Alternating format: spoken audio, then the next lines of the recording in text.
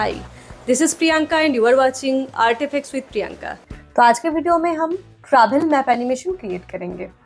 अगर वीडियो अच्छा लगे तो please subscribe to my channel and stay connected.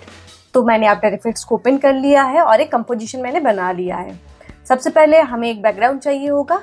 Background के लिए हम राइट क्लिक करेंगे और एक सॉलिड लेयर लेके आएंगे। कलर रखेंगे वाइट, प्रेस ओके। अब हमें चाहिए होगा मैप। तो हमारे पास ये एक मैप है, इसको हम लेके आएंगे टाइमलाइन के ऊपर। हमारे वीडियो का कलर कॉम्बिनेशन हम रख रहे हैं ऑरेंज एंड वाइट। तो हम मैप का कलर को चेंज करेंगे। इफेक्ट पैनल में जाके हम सर्च करेंगे फिल और डबल क्लिक करके अप्लाई कर देंगे। नेक्स्ट हम फिल कलर को चेंज करके करेंगे ऑरेंज। प्रेसेस एंड स्केल को हम थोड़ा सा बड़ा कर लेंगे।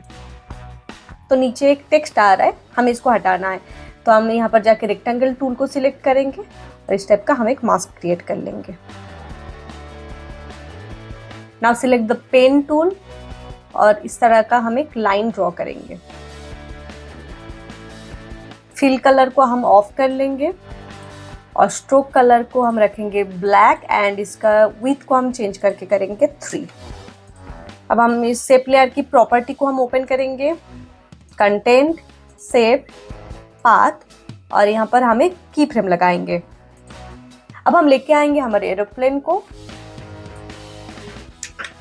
छोटा करेंगे, स्लाइटली रोटेट करेंगे और यहाँ पर हम इसको बिठा देंगे।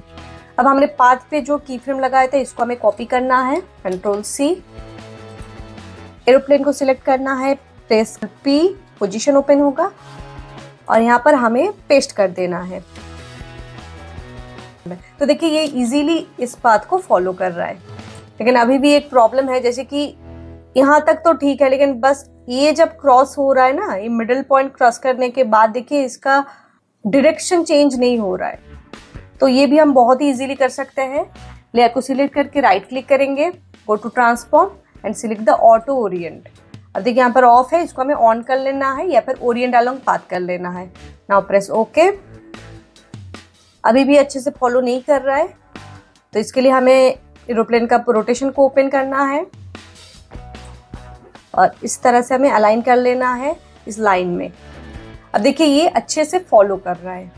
अब हमें शेप लेयर को सिलेक्ट करना है और इस बार हमें स्ट्रोक को ओपन करना है और नीचे जाके देखिए यहाँ पर आ रहा है डैशेस, जिसमें आ रहा है कि ऐड ए गैप और डैश। इस पर हमें क्लिक करना है।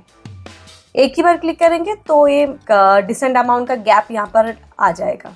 Next go to the add option और ऐड करेंगे एक ट्रिम पाथ।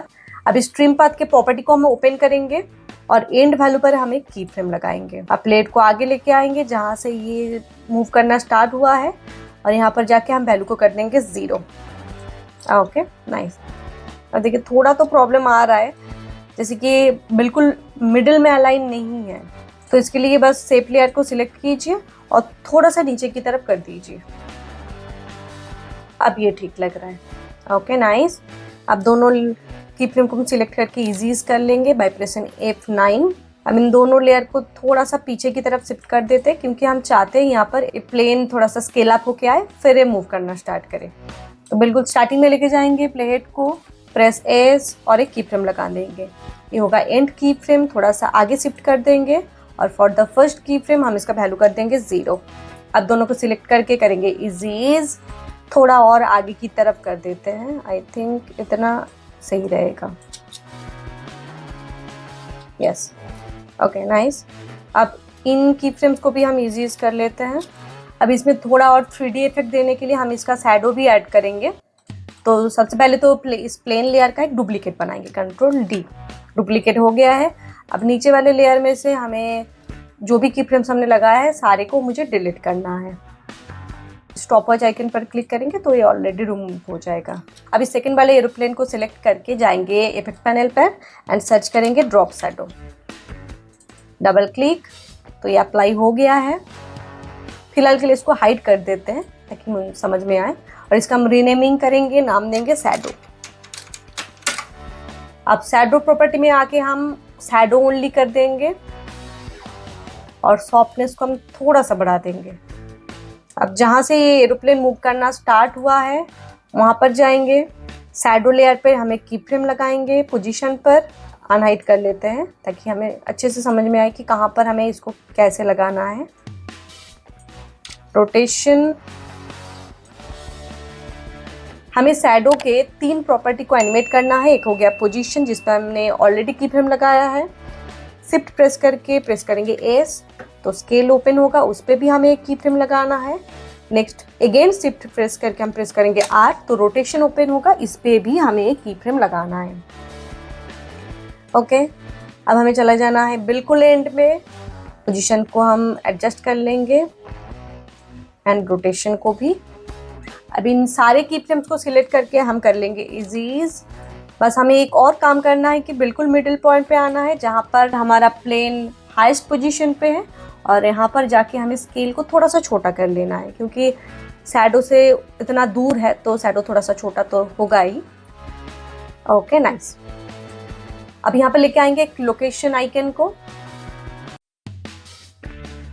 हमें इसको रेड नहीं ब्लू में चाहिए होगा, तो इसके लिए हम जाएंगे इफेक्ट पैनल पर एंड सर्च करेंगे ह्यू एंड सैचुरेशन और लगा देंगे लेयर के ऊपर। अब हमें ह्यू वैल्यू को चेंज करना है जब तक कि ना हमें हमारा डिजायर्ड कलर मिल जाए। ये अच्छा लग रहा है।